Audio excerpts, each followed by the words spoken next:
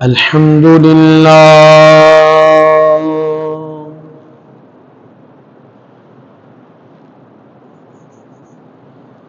الحمدللہ رب العالمین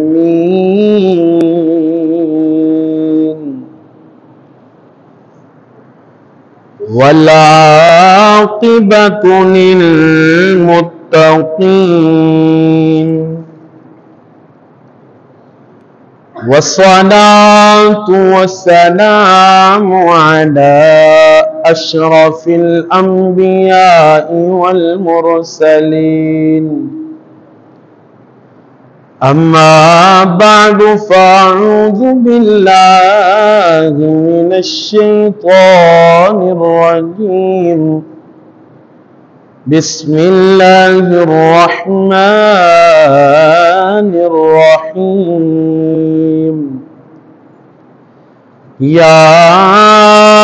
أيها الذين آمنوا لا تقدموا بين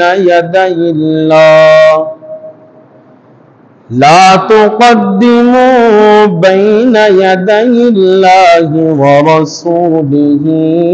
واتقوا الله إن الله سميع عليم آمنت بالله صدق الله العظيم وبلغنا رسوله النبي الكريم الأمين۔ آج جو سورہ حجرات کی پہلی آیت میں نے آپ کے سامنے پڑھی، اللہ تبارک و تعالیٰ کا یہ قرآن انسان کو ایک بہترین سبق دے رہا ہے، اور وہ سبق ان لوگوں کو ہے کہ جو لوگ اس کائنات کے نفوس میں سے عظیم نفوس ہیں، کائنات کے عظیم انسانوں میں سے عظیم انسان ہے۔ رسالت مآب صلی اللہ علیہ وسلم کا فرمان ہے، آپ فرماتے ہیں کہ اللہ تبارک و تعالیٰ نے جب دلوں میں دیکھا، دلوں میں سب سے اچھا دل جو پایا، اللہ نے اس دل کو میرا دل بنا دیا۔ اس کے بعد اللہ تبارک و تعالیٰ نے دوسرے دلوں کی طرف نگاہ فرمائی، پھر ان سب دلوں میں جتنے اچھے دل تھے، اللہ تبارک و تعالیٰ نے ان دلوں کو میرے اصحاب کے دل بنا دیے۔ یعنی اس حدیث کی تشریح کرتے ہوئے شارحین کہتے ہیں کہ اس کائنات کے عظیم شخصیت